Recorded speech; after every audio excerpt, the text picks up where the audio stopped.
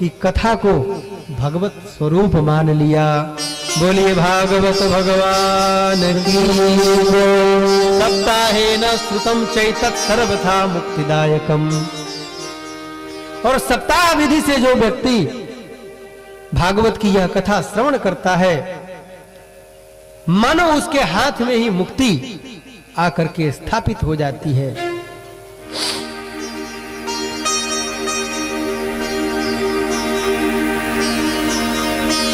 सूत जी ने बताया कि महाराज यह जो भागवत की कथा है और इस कथा की जो महिमा है, इस कथा की महिमा को नारद जी ने सुना था।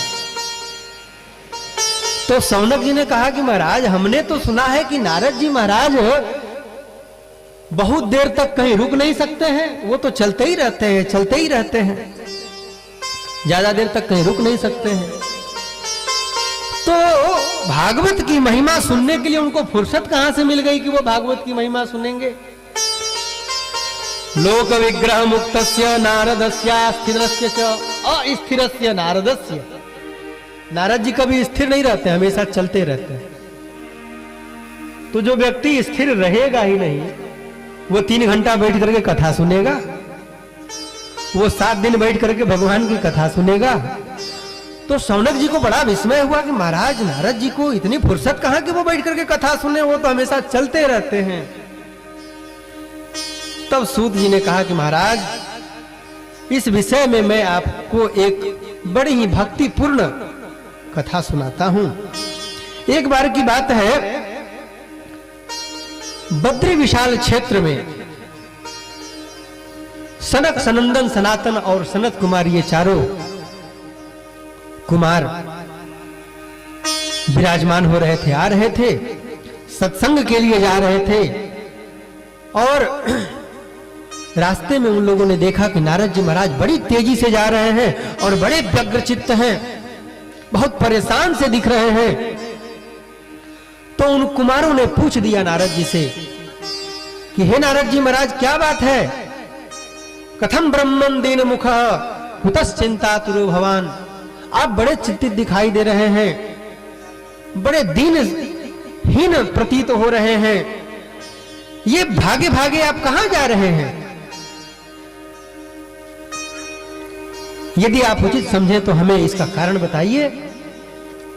नारद जी महाराज ने जब देखा सनकादिक मुनीश्वरों को, तो नारद जी ने तो पहले सनकादिक मुनीश्वरों को प्रणाम किया और प्रणाम करके तब कहना प्रारंभ किया कि हे सौनकादिक मुनीश्वरों, मैं पृथ्वी लोक में हर जगह भ्रमण किया।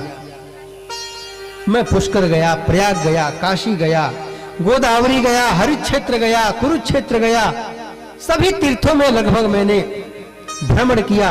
लेकिन सब जगह भ्रमण करते हुए मैंने देखा कि कहीं मनुष्य को सुख शांति नहीं है। कलिना धर्म मित्रेण धरेयम बाधिताधुना। कली जो अधर्म का मित्र है, उसके द्वारा इस धरा को, मनुष्यों को मानव पकड़ लिया गया है। यह कलयुग जो है मानव मात्र को पकड़ रखा है और मानवों को कहीं सुख शांति नहीं है। मानव भी बड़े विचित्र हो गए हैं। सत्यम नास्ति तपः शौचम दया दानम न विद्यते। कहीं तप नहीं है, कहीं सत्य नहीं दिखाई पड़ रहा है, न किसी व्यक्ति के अंदर दया दिख रही है, न किसी व्यक्ति के अंदर दान दिख रहा है। लोग किसी भी प्रकार से अपने उदर को भरने मात्र को अपना कर्तव्य समझ रहे हैं। उदरम भरिणो जीवा बराकाह कूट भाषिणः। बेचारे बराका कूट भाषण, सब झूठ बोलते हैं। नारद जी ने कहा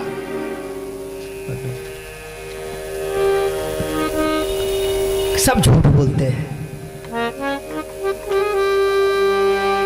ये बड़े मंद हो गए हैं। मंदा सुमंद मतयः मंद भाग्या युपद्रुता।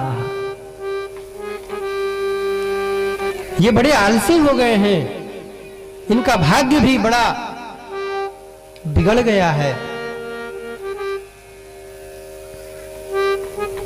कन्या विक्रयणो लोभा दंपति नाम च कलकलम। कलयुग में कन्या का विक्रय कर दे रहे हैं लोग, शास्त्र में लिखा है। दंपति नाम च कलकलम, पति और पत्नी आपस में झगड़ा करते रहते हैं। सवेरे रामायण की कथा सुनते हैं और शाम को महाभारत कर लेते हैं। सवेरे जगे, नहाए धोए, थोड़ा भाई संस्कार चैनल लगाओ, आस्था चैनल लगाओ, देखो किन महाराज जी की कथा आ रही है। अच्छा, फलाने महाराज जी की रामचरितमानस पे कथा आ रही है, वाल्मीकि रामायण पे कथा आ रही है। कथा सुन लिया, बड़ा आनंद आया। भगवान की कथा, रामचरितमानस हमने सुना, राम जी के चरित्र को सुना। सुबह रामचरित्र सुन लिया और शाम के समय में जो है दुर्योधन चरित्र को अपना लिया। वाह रे मनुष्य, सवेरे रामायण सुना और शाम को महाभारत शुरू। उदरम हरिणो जेवा दंपति नाम च कलकलम। तरुणी प्रभुतागे है श्यालको बुद्धिदायक। घर में स्त्रियों का वर्चस्व हो गया है। मैं नहीं कह रहा हूं, नारद जी बता रहे हैं सनकादिक मुनीश्वरों को। आप लोग तो बहुत अच्छी हैं, आप लोग बहुत अच्छे हैं, कथा सुनने आए हैं, इसका मतलब है कि आप लोग बहुत अच्छे हैं। कथा सुनने वही लोग आते हैं ना जो अच्छे होते हैं, और जो लोग नहीं भी अच्छे होंगे वो लोग कथा सुनने आएंगे तो वो लोग अच्छे हो जाएंगे। यही तो कथा का फल है।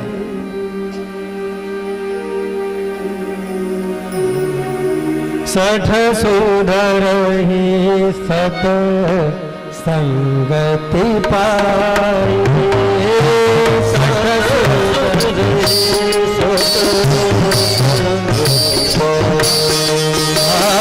सठ सुधर ही सतसंगति पाई।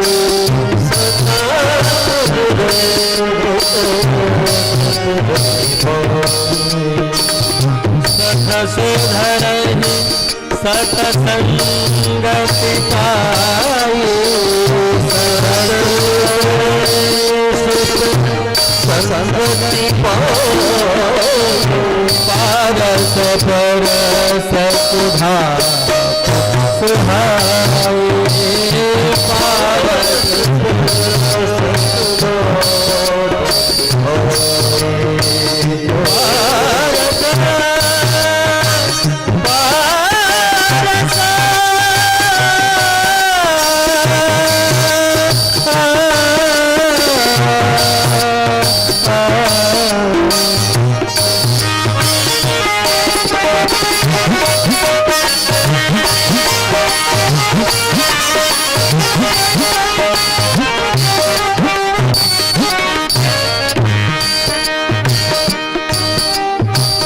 सुधर ही सतसंगति पाई।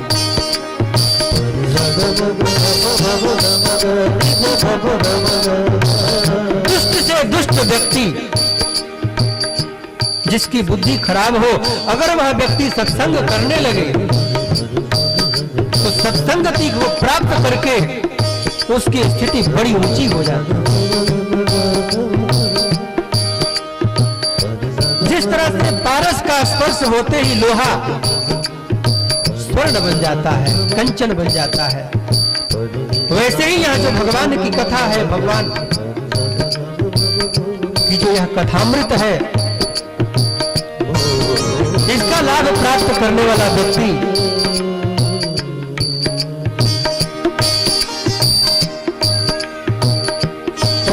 ऊंची से ऊंची स्थिति को प्राप्त कर लेता है।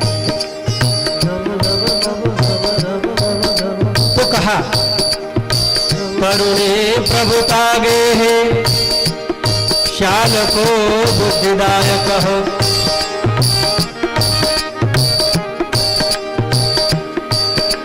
अब जरा एक बात सोचने वाली है, घर में स्त्री का वर्चस्व हो और व्यक्ति का वह घर है, उस व्यक्ति के जो साले साहब हो वो बुद्धि देने वाले, चालको बुद्धिदायक। फिर ऐसे घर का तो मालिक रामचंद्र जी है, भगवान बचाए।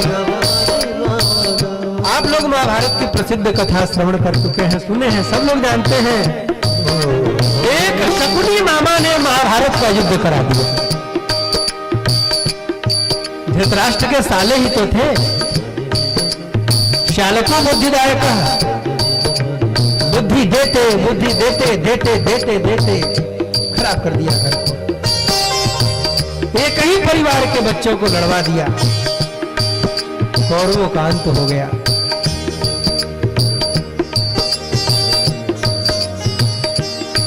नारद जी महाराज कह रहे हैं, हे सनकादिक मुनीश्वरों, न योगी नैव सिद्धो वा न ज्ञानी सत्क्रियो नरः। न कहीं योगी देखने को मिलता है, न कहीं कोई सिद्ध व्यक्ति देखने को मिलता है। सत्कर्म करने वाले लोग भी बहुत कम दिखाई देते हैं। कली दावानले नाद्य साधनम भस्मताम गतम। कली रूपी दावानल ने साधनों को भस्म कर रखा है। महाराज, इस प्रकार में कलियुग के दोषों को देखते देखते यमुना नदी के तट पर जहां भगवान श्री हरि की, भगवान कृष्ण की लीला हुई थी, उस स्थान पर मैं पहुंचा और उस स्थान पर पहुंच करके मैंने एक बहुत आश्चर्यजनक घटना देखी।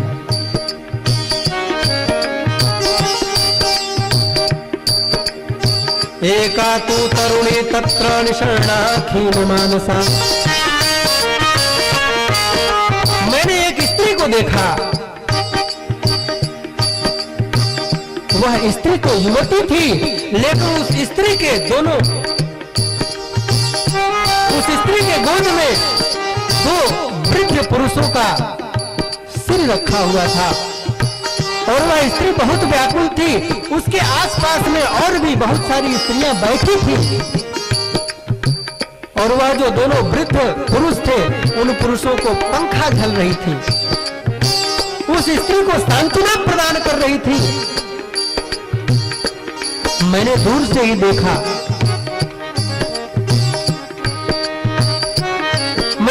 मैंने सोचा कि हो सकता है कोई बात होगी। मैं वहां से फिर निकलने को उद्यत हुआ, तब तक उस स्त्री ने मुझे आवाज दी। उस स्त्री ने मुझसे कहा, भो भो साधो क्षणं तिष्ठ, भो भो साधो क्षणं तिष्ठ। हे साधु, थोड़े देर रुक जाइए। मैं रुक गया। मत चिंता विनाशय, मेरी चिंता को भी नष्ट कर दीजिए आप। दर्शनम तव लोकस्य सर्वथा गहनतरम। साधुओं का दर्शन हर प्रकार से संपूर्ण पापों को जला देने योग्य होता है। बड़ी कृपा से आपका दर्शन हमें प्राप्त हुआ है, कृपा करके आप मेरे चिंता को नष्ट कर दीजिए। तो मैंने उस नारी से पूछा, देवी आप कौन हो? आपके गोद में ये जो दो वृद्ध पुरुष सोए पड़े हैं, ये दोनों कौन हैं? और ये जो नारियां आपके अगल बगल में बैठी हैं, ये कौन है? तब उस देवी ने कहा, अहम भक्ति ख्याता इमौ में तनयो मतौ। हे साधु, मेरा नाम भक्ति देवी है और ये दोनों मेरे पुत्र हैं। ज्ञान वैराग्य नामानो काल योगेन जर्जरो। एक मेरे पुत्र का नाम है ज्ञान और एक पुत्र का नाम है वैराग्य, लेकिन काल योगन से ये इन दोनों का शरीर जर्जर हो गया है, वृद्धावस्था को प्राप्त हो गए हैं। बड़ी विचित्र सी बात है प्रभु कि ये हैं तो यद्यपि दोनों मेरे पुत्र, लेकिन पुत्र होते हुए ये दोनों वृद्ध हो गए हैं। और मुझे देखिए, मैं तरुणी हूं, मैं युवती हूं, मुझे इस बात का बहुत कष्ट है। मैं वृद्ध होती, ये दोनों युवा होते तो कोई दिक्कत नहीं थी, लेकिन ये दोनों वृद्ध हैं और मैं युवती हूं, इस बात का मुझे बहुत कष्ट है। और मेरे आसपास में ये जो नारियां हैं, ये गंगा आदि नदियां हैं, गंगा, जमुना, सरस्वती, कावेरी, कृष्णा, ये सारी नारियां हैं जो मुझे सांत्वना प्रदान करने के लिए यहाँ पर उपस्थित हैं। अपना परिचय दे रही है भक्ति देवी। उत्पन्ना द्रविणेशाहं वृद्धिं कर्णाटके गता, क्वचिन क्वचिन महाराष्ट्रे गुर्जरे जीर्णतां गता। आप प्रभु, मेरा जन्म द्रविड़ देश में हुआ, कर्नाटक देश में वृद्धि को मैं प्राप्त हुई, वहां पे मेरा पालन पोषण हुआ। क्वचिन क्वचिन महाराष्ट्र में थोड़ी बहुत मैं खंडित हो गई, वहां पे कुछ जगहों पर मैं जर्जरावस्था को प्राप्त होने लगी, और गुर्जरे जीर्णतां गता, और गुजरात में जाकर के तो मैं पूरी तरह से जीर्ण हो गई, अत्यंत वृद्धा हो गई। लेकिन इसका अर्थ बड़ा आध्यात्मिक है। उत्पन्ना द्रविणेशाहं, द्रविड़ मतलब होता है धन,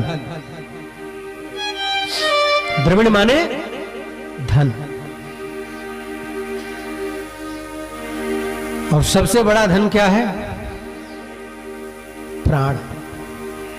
आपदर्थे धनम रक्षेत, दारान रक्षेत धनैरपि, आत्मानं सर्वतो रक्षेत।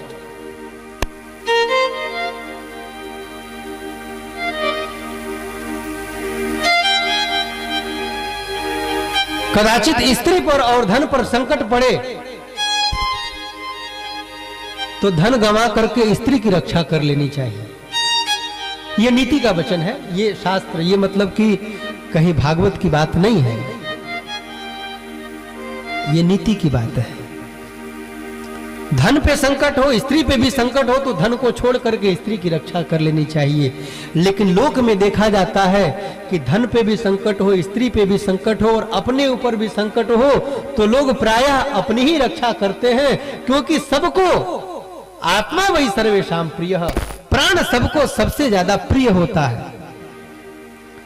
तो उत्पन्ना द्रविणेशाहं, प्राण सबसे ज्यादा व्यक्ति को प्रिय होता है, और उस प्राण का निवास स्थान क्या है? यह हृदय। हृदय जो है प्राण का निवास स्थान है। तो उत्पन्ना द्रविणेशाहं, मैं हृदय देश में उत्पन्न हूं। मैं भक्ति हृदय देश में उत्पन्न हुई, और वृद्धिम कर्नाटके गता। कर्नाटक का मतलब जो कर्नाटक राज्य है वो कर्नाटक राज्य नहीं,